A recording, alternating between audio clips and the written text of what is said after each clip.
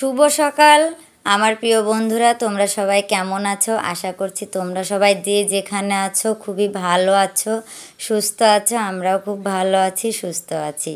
তো রাইকুমারী দাস ডেলি ব্লগে আমি রিনা শুরু করছি আজকে একটা নতুন ব্লগ। তোমরা স্কিপ না করে সম্পূর্ণ ভিডিওটা দেখবে, খুবই ভালো লাগবে। তো সকালে ঘুম থেকে উঠে দেখো আমার ঘরের বিছনাটা একদম রেডি করে নিলাম।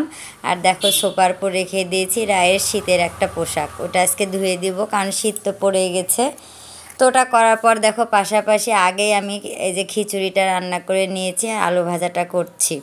তো এটা কিন্তু খিচুড়ি বলে না, এটাকে খুদপুরপুরি বলে। তো তোমাদের বোঝার সুবিধার ক্ষেত্রে বললাম খিচুড়ি, আর এটা গ্রাম অঞ্চলে বেশিরভাগ খুদপুরপুরেই বলে। তো রান্না তো কমপ্লিট, সকালের খাবার তো খেতে হবে। তার জন্য দেখো আমি 6টা থাল একদম ভালো করে ধুয়ে নিয়েছি, আর থালে থালে দেখো বেড়ে নিচ্ছি। আর প্রথমেই দিলাম গোপালের থালে, গোপাল ওই কাঁসার থালেই ভালো খায়। আর তারপরে দিব দেখো রায়ের থালে দিব, রায়কে এক হাতা দিয়ে দিচ্ছি। আর সবার থালে এইভাবে কিন্তু আমি একে একে বেড়ে নেব। আর আজকে বাবাকে রুটি দিব না, যেহেতু এটা রান্না করেছি, বাবাও খেতে ভালোবাসে। তো সবার জন্য কিন্তু আমি এই খুদপুরপুরিটা বেড়ে নেব, আর সাথে দিয়ে দিব আলু ভাজা। আর আলু ভাজাটা কিন্তু সবারই খুব ফেভারেট, আর এখন বেশি ফেভারেট এজন্যই যে আলুর দাম বেশি, আর যে জিনিসের দাম বেড়ে যায় সে জিনিস তো খেতেই বেশি ভালো লাগে। তো দেখো বাড়াও কমপ্লিট, আর আমিও খেতে বসে গেছি। ভালো জিনিসের লোভ তো মানে সহ্য করা যায় না, দেরিও করা যায় না, তাড়াতাড়ি খেয়ে নিতে হয়। তো আমরা দুজনে খেতে বসে গেছি, আর সবাই উপরে বসে পড়েছে। আর নিচে বসেছি এজন্যই রায় যেন হাত দিয়ে খায়। তো হাত দিয়ে খাওয়া যেমন তেমন নিয়ে বসে আছে, কত বলে বলে খাওয়াচ্ছি। তো আমার খাওয়া কমপ্লিট, আমিও খেয়ে নিয়েছি। তারপর ওর ঠাম্মা বসেছে, তাও ওর খাওয়া হয়নি। তো খাওয়া দাওয়া শেষ করে রান্নাটাও করে নিচ্ছি দুপুরের। এখন আর বেশি দেরি করি না, দুপুরের রান্নাও একবারে করে নিই খাওয়ার পরপরই। কারণ তোমরা তো জানোই বিয়ের পর্ব চলছে। আজকে বিয়ের পর্বের 2 পর্ব, গায়ে হলুদ। আজকে রাত্রে গায়ে হলুদ আছে, তো তার জন্য বাড়িতে সকাল সকাল কাজগুলো সেরে নিয়ে আবার ওই বাড়িতে যেয়ে সব জোগাড় যন্ত্র করতে হবে। তো তোমরা তো ভিডিওটা দেখলে দেখতেই পাবে, আর যদি স্কিপ করে দেখো তাহলে তো মিস করে যাবে।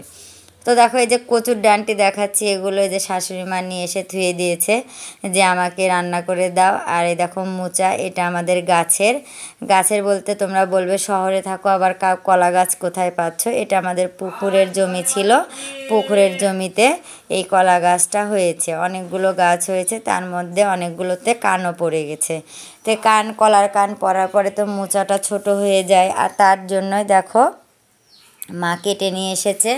আর আমি এটা এখন আস্তে আস্তে দেখো অনেকক্ষণ সময় লাগে বাছতে, কারণ ভিতরে থাকে শক্ত কাঠির মতো, সেগুলো বের করে তারপরে এটাকে কাটতে হয়। এটা যদি না বের করে কাটি তাহলে দাঁতের তলে একদম শক্ত কাঠির মতো পড়বে, খেতেও ভালো লাগবে না। তো একে একে দেখো সব কেটে নিচ্ছে। আর এটা এখন একদম ভিতরের কচিটা, এই দেখো মুখটা কেটে নিলাম, কেটে বাদ দিয়ে দিব। আর এখন এটা গোটাটাই কুচি কুচি করে কেটে নেব, তাহলেই কিন্তু হয়ে যাবে। কারণ আর এর ভিতরে আর কাঠিটা, শক্ত কাঠিটা নেই, কারণ নরম হয়ে গেছে। তো এর সাথে দিব আলু, কুচি কুচি করে আলু দিব, পেঁয়াজ দিব, আর কাঁচামরিচ, আর ফোড়ন দিব কালো জিরা দিয়ে। যদি রান্না করা যায় খুবই কিন্তু টেস্টি লাগে খেতে। তো সময় তো অনেক লাগে, কিছু করার নেই, তারপরেও খেতে হবে ভালো জিনিস। এরপরে দেখো আমার ভাতটাও হয়ে গেল, আর আমি ভাতটা দেখো মার গালতে দিয়ে দিয়েছি। আমার কিন্তু মার গালার কোনো ঝামেলা নেই। আর এই রডটার উপর যদি আমি ভাতের হাঁড়ি থুয়ে দিই, আস্তে আস্তে টিপ টিপ করে যতটুকু ফ্যান থাকে সব একদম ঝরে যায়, আর ভাতটা হয়ে যায় ঝরঝরে। আর এদিকে ভাত হচ্ছে, আর এদিকে দেখো আমি গ্যাসের উপর দিয়ে দিয়েছি কচুটা ভাপ দিতে দিয়েছি। আর ভাপ দিয়ে কিন্তু ফেলে দিব, তারপরে রান্না করব। তো কচু আর ঘন্ট হয়ে গেল, এখন আমি জিওল মাছের ঝোলটা করে নেব। তার জন্য বাটনা করে নিচ্ছি দেখো আদা জিরা পেঁয়াজ, আর এদিকে আলু ভাজাটা করে নিচ্ছি। আর এদিকে আলুটা আজকে কোনো পটল কিংবা বেগুন দিইনি, শুধু আলু দিয়ে গা মাখা করে রান্না করব।